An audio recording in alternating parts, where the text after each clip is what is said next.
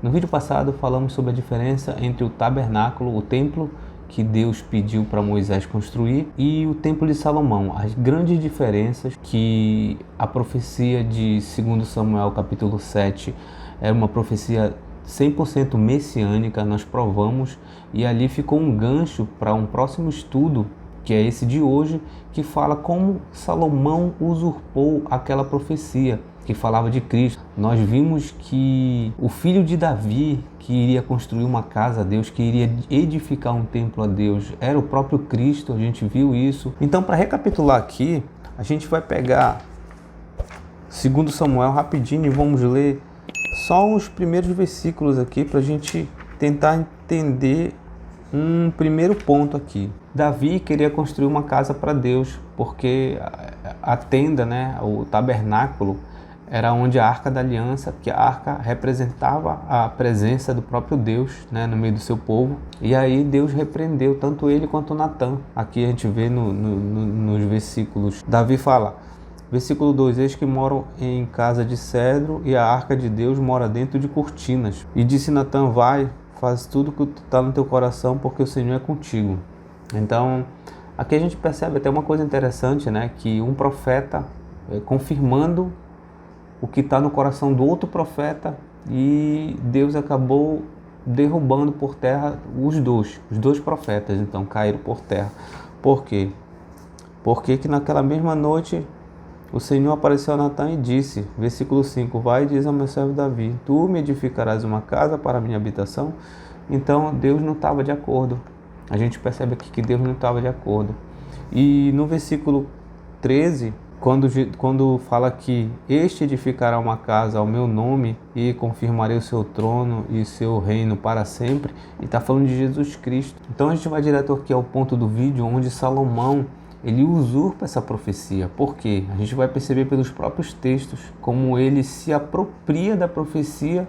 Ele tinha uma dinâmica política para chamar o povo a crer nele. Então a gente vai perceber aqui como ele usurpou essa profecia. 1 Reis 8, 17 e 18. Também Davi, meu pai, propusera em seu coração edificar casa ao nome do Senhor, Deus de Israel. Porém, o Senhor disse a Davi, meu pai, porquanto propuseste no teu coração o edificar a casa ao meu nome, bem fizeste em o propor no teu coração. Todavia tu não edificarás esta casa, porém teu filho que sair de teus lombos edificará esta casa ao meu nome. Aqui está a contradição. Ó. Lá a gente viu que Deus repreendeu tanto Natã quanto Davi. E Deus ainda perguntou para Davi, tu falou para Natã falar para Davi, né? Tu me edificarás uma casa? Como assim? Nunca pedi isso para ninguém, falou lá. Nunca pedi isso para ninguém. Como é que tu vai me edificar uma casa? Olha, fica sabendo que eu vou te edificar uma casa através do meu filho. Ele fala, eu vou te edificar uma casa. E se a gente ler 2 Coríntios capítulo 5, do versículo 1 ao 5, dos versículos 1 ao 5, a gente vai perceber que casa é essa que ele vai edificar para ele, entendeu? Qual é essa casa que vai edificar para ele? Então, olha só, Salomão diz que ele bem colocou no coração dele edificar uma casa, só que a gente viu que Deus repreendeu, Deus falou que não, estava errado, tá? Primeira contradição, para a gente saber que ele usurpou a profecia. Segunda, todavia tu não edificarás essa casa, porém meu filho que sair das tuas entranhas edificará essa casa ao meu nome. Teu filho, né, que diz. Assim confirmou o Senhor a sua palavra que falou, porque me levantei em lugar de Davi, meu pai, e me assentei no trono de Israel, como tem falado o Senhor, e edifiquei uma casa ao nome do Senhor, Deus de Israel. Errado. Errado porque lá no texto de Atos 2, a gente percebe, Atos 2, 29 e 30, e João capítulo 2, do versículo 16, que a gente já estudou esse texto no estudo passado, sobre as diferenças, que não era Salomão, era Jesus, que que edificaria a casa. Aqui mais uma contradição de Salomão, mais um ponto em contradição de Salomão, mostrando que ele se apropriou da profecia. E Salomão mostra muito das suas contradições quando ele se torna idólatra e não era adorador de um só Deus. 1 Reis 11, 5 a 8. Porque Salomão seguiu a Astarote, deusa dos Sidônios, e Milcom, a abominação dos Amonitas. Assim fez Salomão o que era mal perante os olhos do Senhor, e não perseverou em seguir o Senhor como Davi, seu pai. Então edificou Salomão um alto a Quemós, a abominação dos Moabitas, sobre o monte que está diante de Jerusalém, e a Moloque, a abominação dos filhos de Amon. Então, aqui a gente percebe que Salomão ele não era nem um pouquinho fiel a um só Deus, como o pai dele era, né? Davi era. E aí, Deus diz aqui no versículo 9: pelo que o Senhor se indignou contra Salomão, porquanto desviara o seu coração do Senhor, Deus de Israel, o qual 2 vezes lhe aparecera, e acerca deste assunto lhe tinha dado ordem que não seguisse a outros deuses, porém não guardou o que o Senhor lhe ordenara.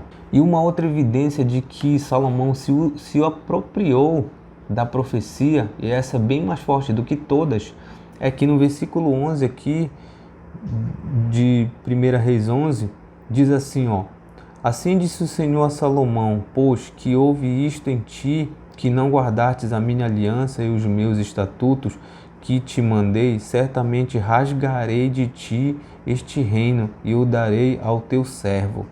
Ou seja, lá na profecia de 2 Samuel 7, ele fala que o reino desse que edificaria uma casa ia ser para sempre, não ia ser rasgado dele.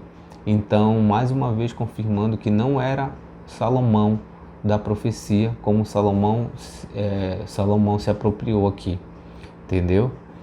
Aí alguém pode questionar o seguinte: mas se o templo de Salomão não era um templo que Deus queria, não era algo que Deus queria, por que então que a glória de Deus encheu o templo quando ele terminou de edificar? Aí a gente vai entrar no outro ponto aqui bem interessante. 1 Reis 8, 6 a 11. Vamos ler primeiro. Assim trouxeram os sacerdotes a arca da aliança do Senhor ao seu lugar, ao oráculo da casa, ao lugar santíssimo, até debaixo das asas dos querubins. Versículo 6. Quando eles colocaram lá, no versículo 10 diz assim, e sucedeu que, saindo os sacerdotes do santuário, uma nuvem encheu a casa do Senhor, e os sacerdotes não podiam permanecer em pé para ministrar por causa da nuvem, porque a glória do Senhor encheu a casa do Senhor.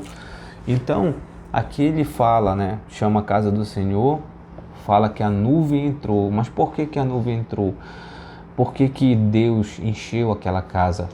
Porque foi depois que foi colocada o quê? A Arca da Aliança, que era a representação máxima da presença de Deus. Então, a Arca da Aliança ela ficava no lugar mais santo do tabernáculo e era ali que descia a presença de Deus em cima da arca.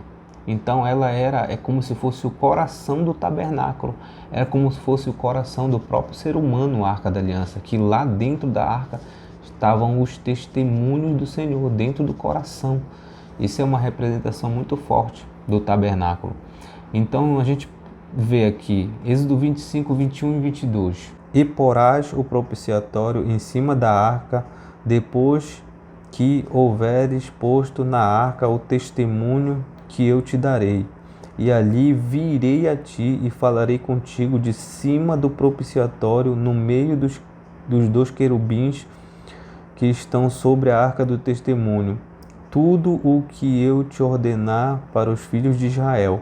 Quando eles colocam essa arca no templo de Salomão, que era a verdadeira arca, é a única coisa original que tinha do tabernáculo, o templo se enche com a fumaça, com a glória de Deus.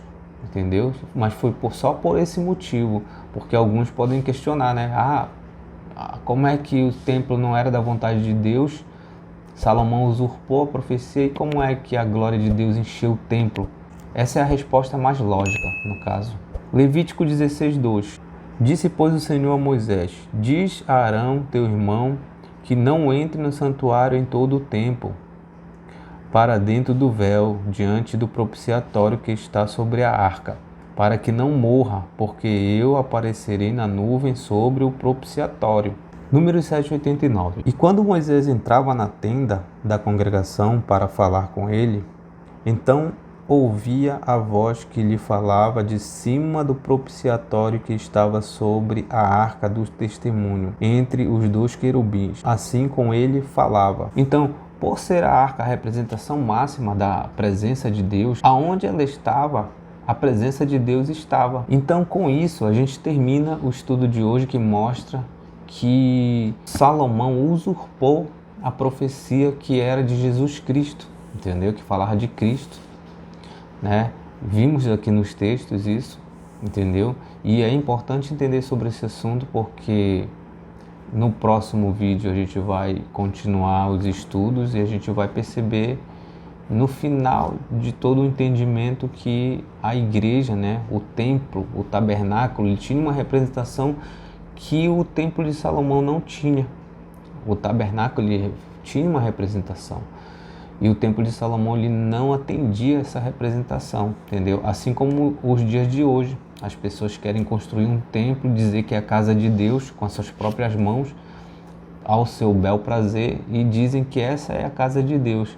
E não atende às funções da verdadeira casa de Deus, que Deus mostra na sua palavra qual é. Então é isso por hoje. Inscreva-se no canal, deixe seu like, ative o sininho das notificações e até o próximo vídeo.